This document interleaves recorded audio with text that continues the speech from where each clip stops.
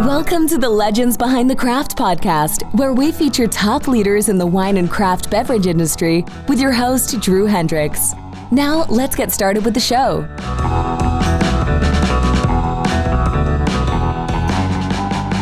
Drew Hendricks here. I'm the host of the Legends Behind the Craft podcast, where I talk with leaders in the wine and craft beverage industry, from the founder of Bottle Van, whose technology brings a wine story to life, to today's guest, Kim Connolly, whose latest venture empowers wineries of all sizes to elevate their wine club unboxing experience.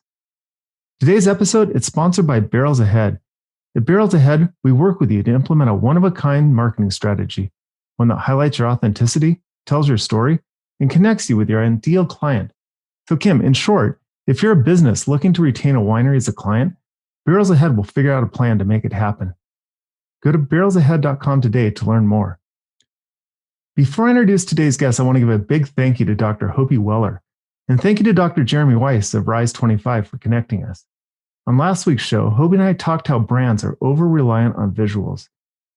Give the show a listen and discover why your brand needs to leverage all the senses. I am super excited to talk with today's guest, Kim Connolly, CEO of Loupe Graphics. Kim is the linchpin between design and execution. She brings to life the vision of a designer, whether it is a wine label, a can of seltzer, or a shipping box. In fact, Kim's latest venture, Sandbox, leverages her 30 years of print experience. Sandbox enables small to medium-sized wineries to create a fully branded unboxing experience that was previously only available to big brands. Welcome to the show, Kim. Thanks very much, Drew. I'm really excited to be here. I'm excited to have you on the show. So tell us a little bit about yourself. Well, I'll tell you, it's been a career. I've been in printing for the 30 years since I attended Cal Poly San Luis Obispo. And I've kind of moved with the industry as it's changed. I started out, I actually did an internship with the Wall Street Journal and thought about newspapers. Mm-hmm. And thank goodness I didn't go down that path. But subsequently, I did a long history with direct mail. Worked with a lot of different companies to help get the word out through the mail. And then when the recession hit in 2008, 2009, I shifted a little bit and started working in packaging. Mm. And it's been kind of brilliant because I love how I've been able to get back into all different types of print as a result of that, especially in wine packaging, which is where most of my focus is.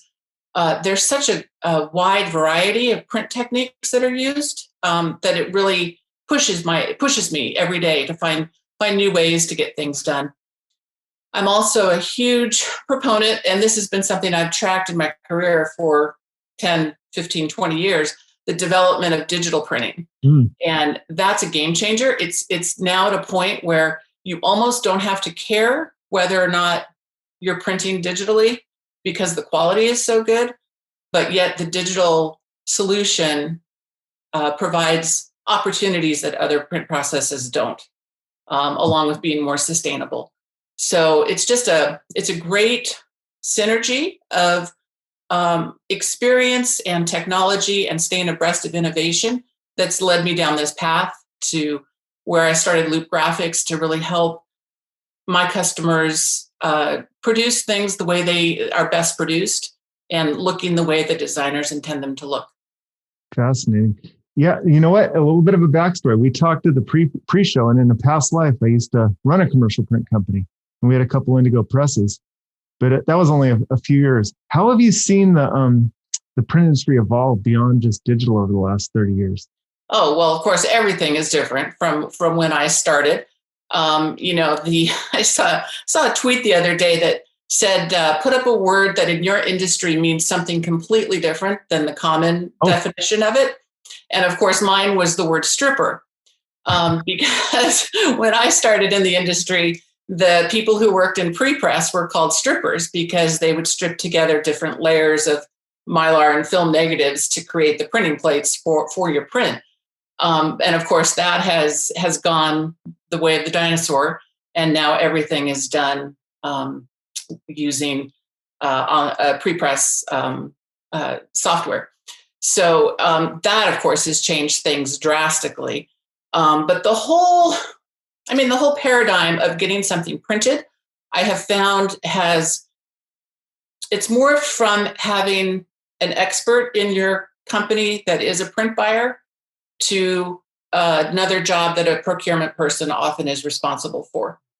And so it's left kind of a gap of knowledge for a lot of companies buying millions of dollars worth of printed material and packaging.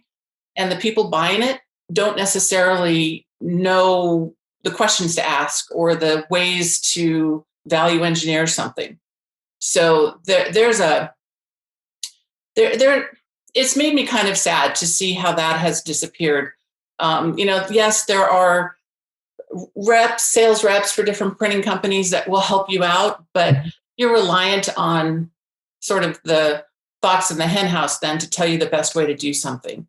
So I just feel like, if you can find someone like me who can be agnostic and help you engineer your item to produce the best way possible and help you find the best vendor to do it, then it's a win for everybody. That's a super big value, because with the onset of digital, the technology is changing so quickly, and it's tough to keep abreast of what the latest and the best is, and the best type of digital for the client and for the medium that they're wanting to be printed on. It's kind of ridiculous how much things change and how hard it is to keep up. I do a fair amount of research in color management, and every time I read about it, my head kind of wants to explode because it's such a detailed, minutia part of the work we do, but it's so crucial. And if that's the thing with digital, is that designers are now asked to become pre-press experts in order to supply files that are going to be accurate for production. And it's expanded what's needed by the designers now that we don't have table strippers anymore to figure out how something's supposed to print. We still have table strippers. They're just very different. They are, yes. So, but in any event, I find that, if those designers who become educated in color management and can assign the correct color profiles at the correct time, much more successful when they want to go to produce something digitally and quickly. That's another part of this business that has changed drastically during my career, is the expectation of speed. And how quickly people want things done. And, there's a risk involved with that. If you don't want to follow the process, I'm kind of a process guru. If you don't want to follow that process of, getting a proper proof or getting a comp made of your new package and making sure everybody's aligned, you run the risk of it failing and not meeting your expectations. As far as speed, we always talked about that triangle. You can have it fast, you can have it cheap, and you can have it excellent. But you can only have two of the three. Yeah, that's right. Who you want. That's right. That's the adage, right? And there's a lot of truth to that. I think especially in packaging, because there's so many stakeholders that have to be aligned to make something work properly. Oh yeah. Now, what was your motivation behind founding Loupe Graphics?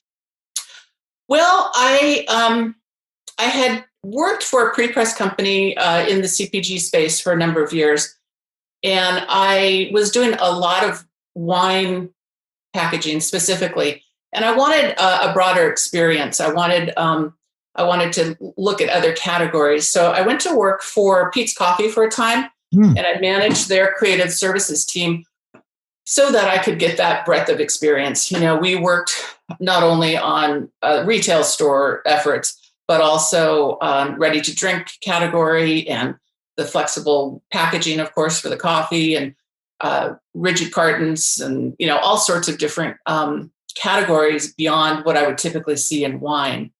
So I did that because I wanted that broader experience, and at the same time, I knew I wanted to go out on my own to support my customers with that design execution part of their needs. So I started Loupe looking at my list of contacts from my 30 years in business, and just decided that there were plenty of people there that I knew, that knew my reputation, knew my experience, knew what I could bring to the table, and that I would be able to make a go of it. So important to have a guide, a trusted guide, to help you navigate that print world. Yeah, and it's been good. It's been a great start.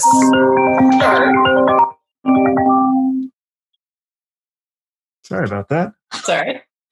I just talked about how my call seemed to be getting hijacked. Yes. Yeah, no, I get it. I turned mine off. So when I started Loupe in 2019, end of 2019, I got off to a good go, and things were starting to happen. And then the pandemic hit. And so I was sort of at sixes and sevens. Business was continuing to be okay. But I had a couple of customers who had a whole refresh for a major wine brand that got put on hold. And I think they still haven't really fully executed on it yet. So things weren't as busy. I wasn't as busy as I wanted to be. And I was seeing how much the pandemic was impacting the path to purchase, if you will, and how that was changing. And that most of my wine customers were, of course, having to make that quick shift to being direct to consumer as their main way to sell more wine and get it out the door. So I thought about it, and I was doing some research on some of the online offerings to help businesses procure printed goods, if you will.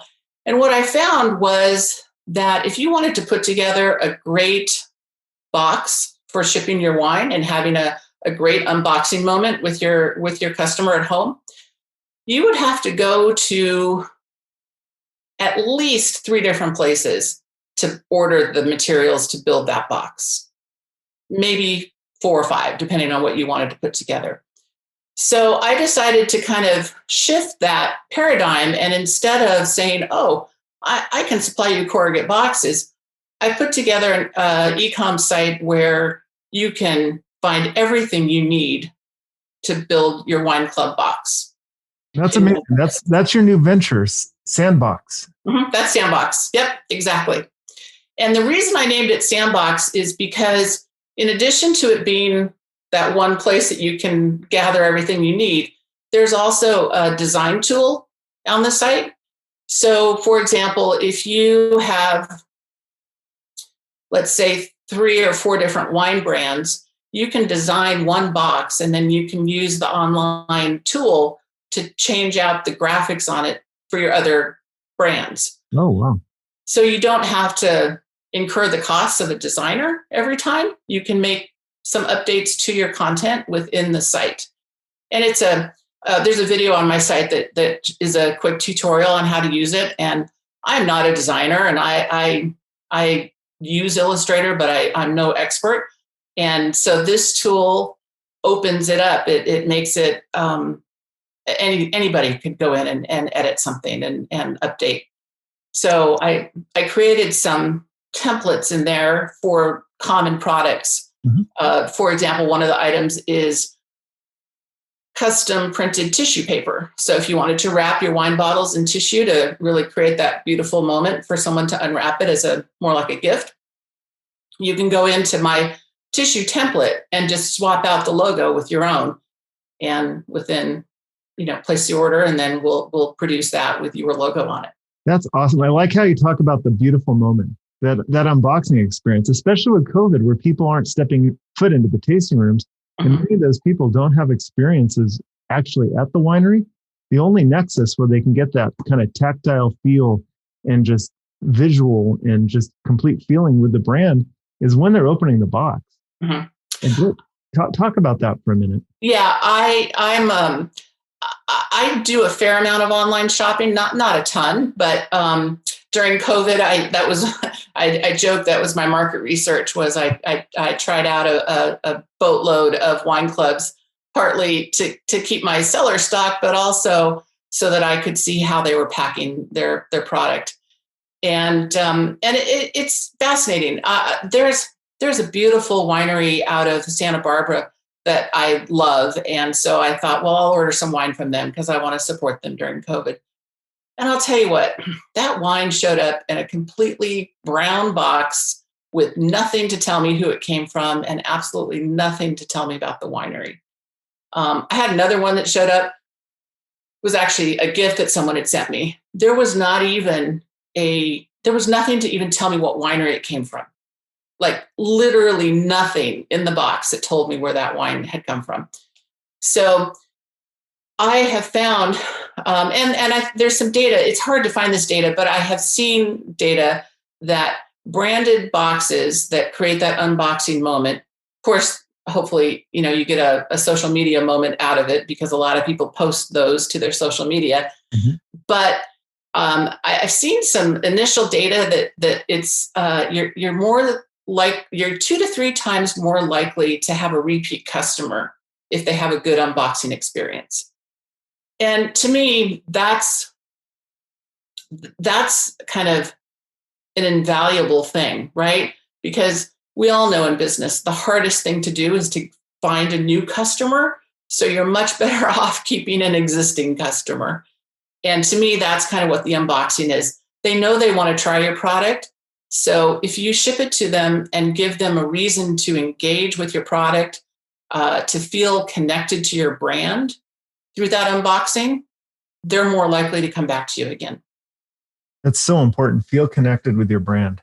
And that's just one more, just if you don't put any effort into it or it's just distributed by a production facility, mm-hmm. You're missing that huge opportunity when you've already spent so much time trying to acquire that first sale. Absolutely. I mean, the first sale is the hardest, and whether they've done it through your online offerings or finding you through social media, or even having come to your winery and joined your wine club. I mean, my goodness, the retention rate for wine clubs is not stellar.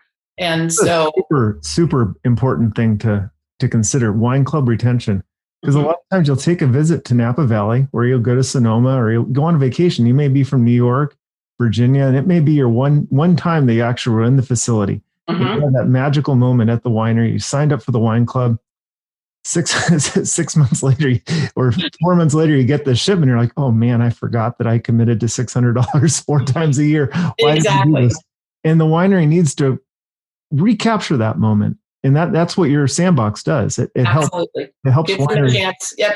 Gives them a chance to communicate, to have that tactile experience again, to maybe remember the visit. I would love to see more connectedness between that visit and their shipment. Like, there's no reason you couldn't, if they're your winery and they take a selfie mm-hmm. on your location, that you can get that image and repurpose it in a piece that you mail back to them. There's all kinds of things like that. Fantastic idea.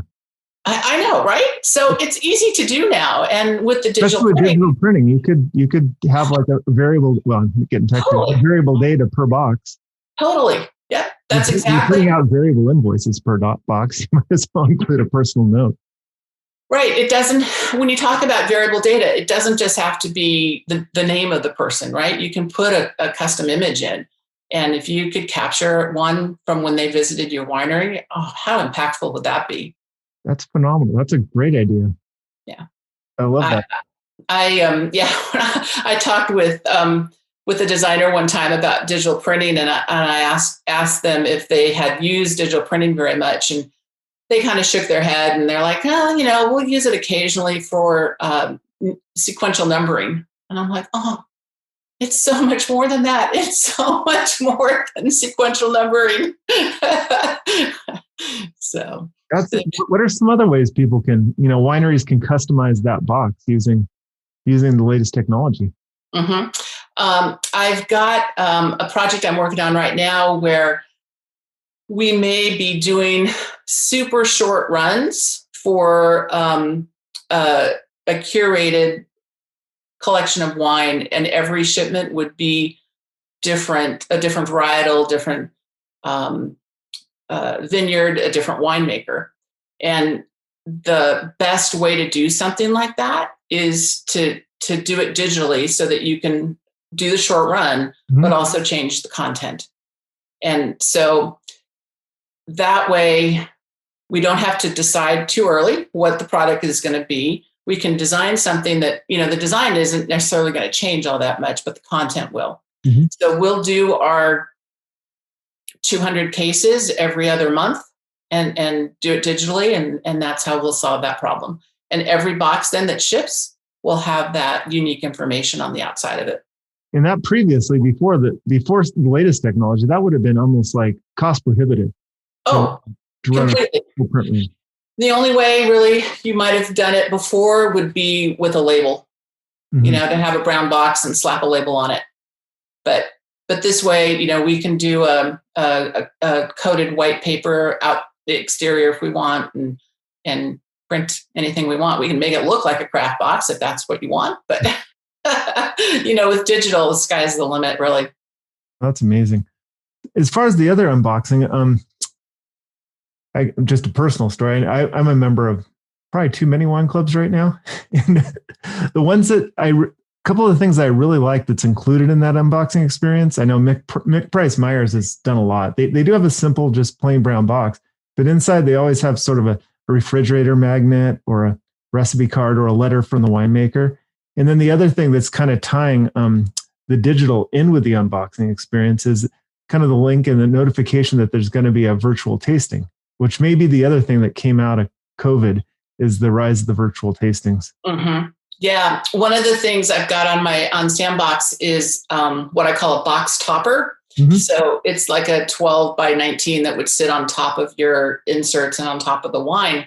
But that was kind of my vision with that, is that somebody could use that to create a tasting mat for the wines that are in the box, so that if they were going to be doing a virtual tasting, then that box topper would serve as like a placemat for the wine tasting and allow people to, put down their notes and you'd be able to print an image of the bottle and the information about the varietal, and then they'd be able to add their own notes to it as they taste it through.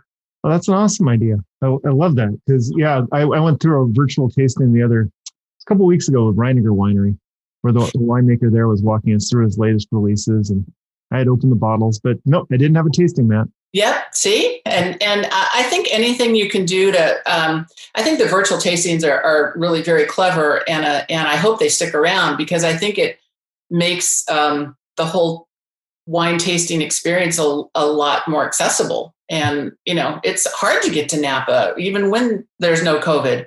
So let's make it easy for people to participate and help them share in the joy of it.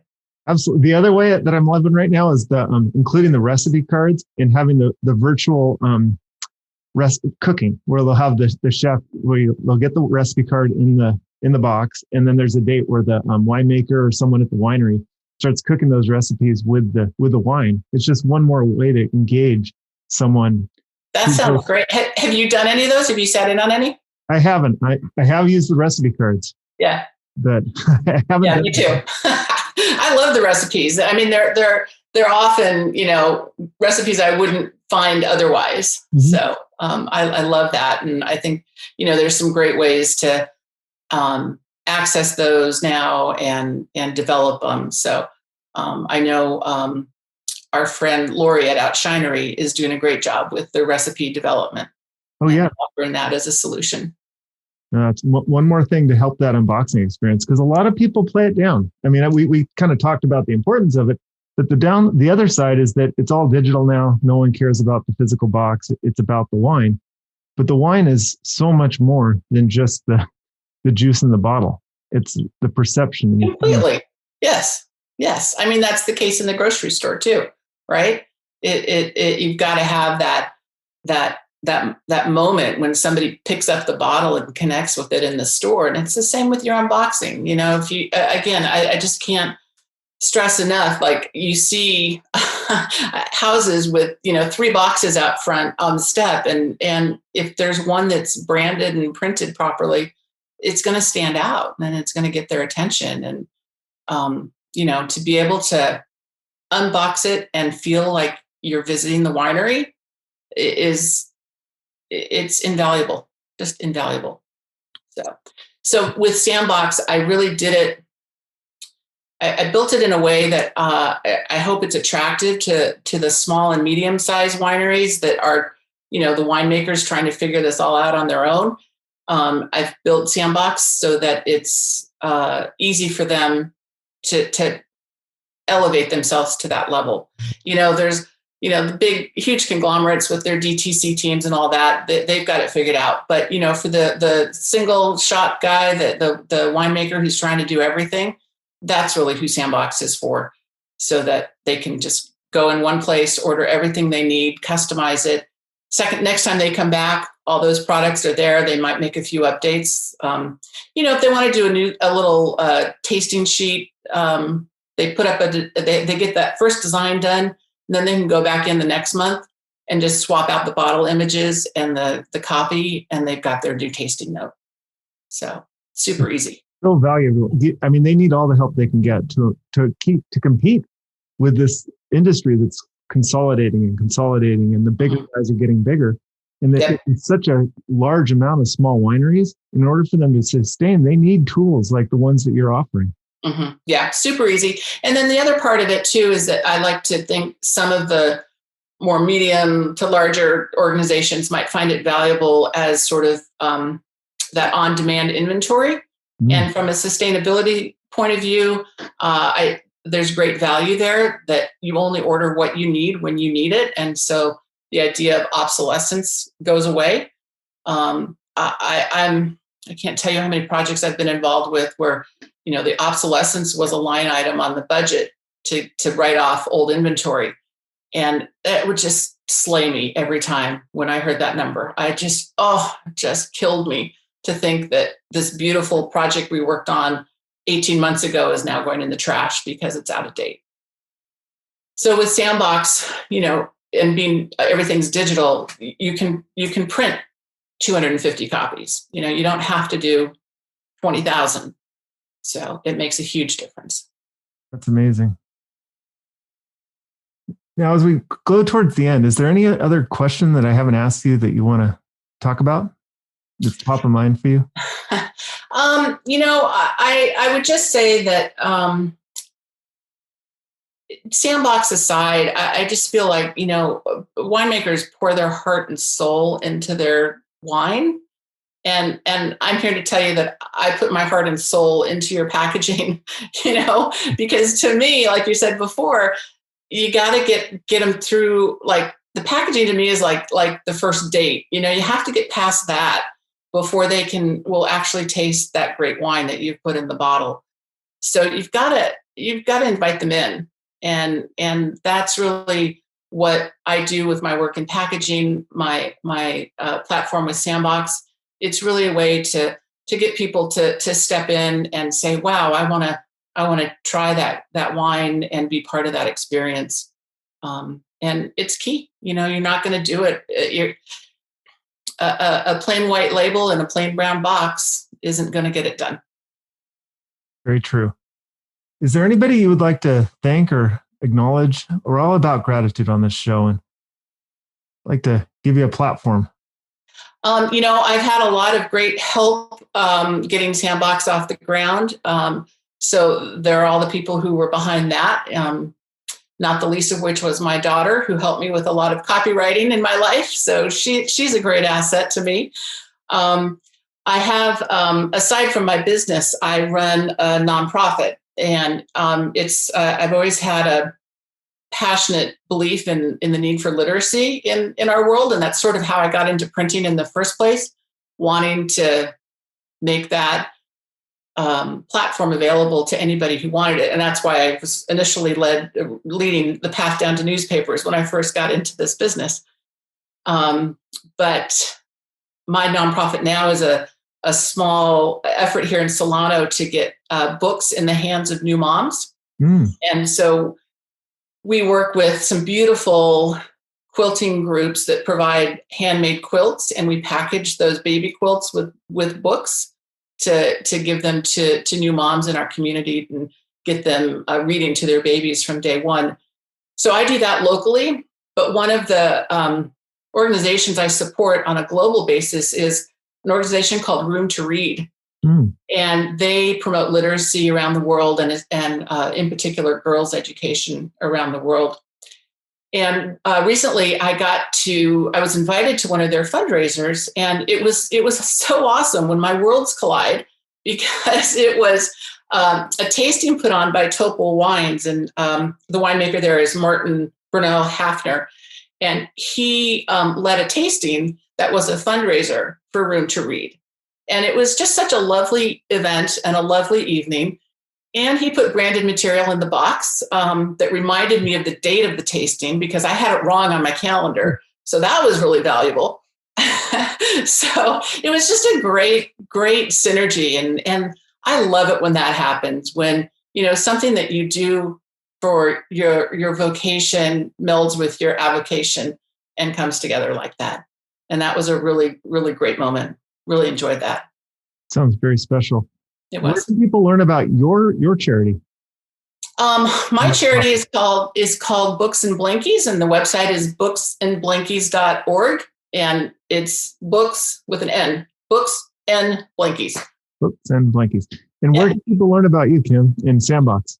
You can go to my website, Loupe Graphics, and Loupe, for people who don't know, it's spelled Loupe, and Loupe is the tool that we use in printing to visualize what we're seeing on the press. So that's where I get the name, Loupe Graphics. And so my website, loupegraphics.com, has a link there to Sandbox.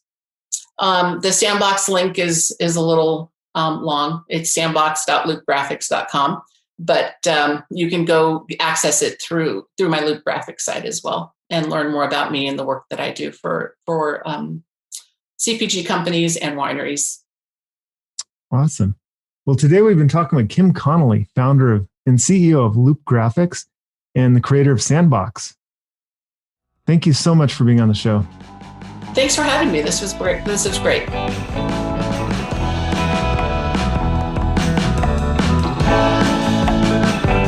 Thanks for listening to the Legends Behind the Craft podcast. We'll see you again next time, and be sure to click subscribe to get future episodes.